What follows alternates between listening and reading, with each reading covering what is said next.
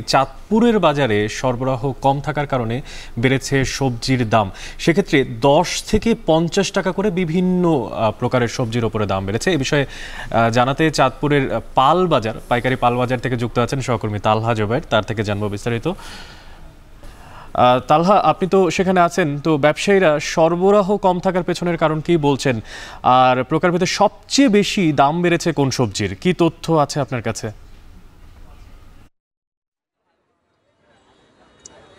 অনেক আমি এই মুহূর্তে আছি জেলার অন্যতম বড় যে পাইকারি কাঁচামালের বাজার রয়েছে, পাল বাজারে। অর্থাৎ যেটা বলছিলেন যে সবচেয়ে বেশি কিন্তু দাম বেড়েছে বাজারে, এসে যা দেখতে পেয়েছি যে করলার দাম কিন্তু সবচেয়ে বেশি কিন্তু বেড়েছে।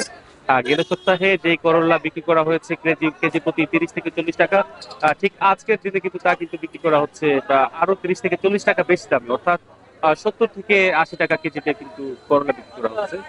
তাছাড়া গেল সপ্তাহে 120 টাকা করে বিক্রি করা কাঁচামরিচ কিন্তু আজকের বাজারে বিক্রি করা হচ্ছে 150 থেকে 155 টাকা দামে।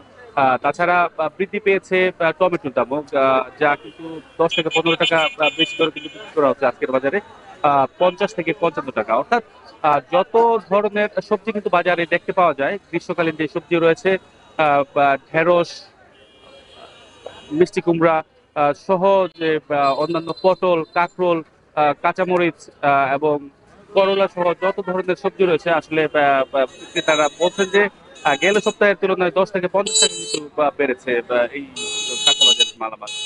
তো বাড়ার যে কারণটা সেটা বিক্রেতারা বলছেন যে গেল কয়েকদিন আগে যে ঘূর্ণিঝড় রিমেল ছিল, রিমেলের প্রভাবে কিন্তু দেশের বিভিন্ন অঞ্চলের কিন্তু প্রভাব পড়েছে।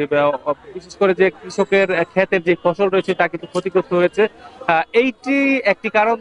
পাশাপাশি আরেকটি বড় কারণ বলছে যেহেতু এখন কুরবানির ঈদ এবং গরু পরিবহনের জন্য ট্রাক ব্যবহার করা হচ্ছে, সেই কারণে কিন্তু ট্রাকের কিন্তু ভাড়া কিন্তু দ্বিগুণ বৃদ্ধি পেয়েছে। তো সবকিছু মিলিয়ে কিন্তু বাজারে কাঁচামালের দাম কিন্তু বৃদ্ধি পেয়েছে অনেক। তো অনেক এই ছিল আমার চাঁদপুর থেকে সবকিছু সংবাদ।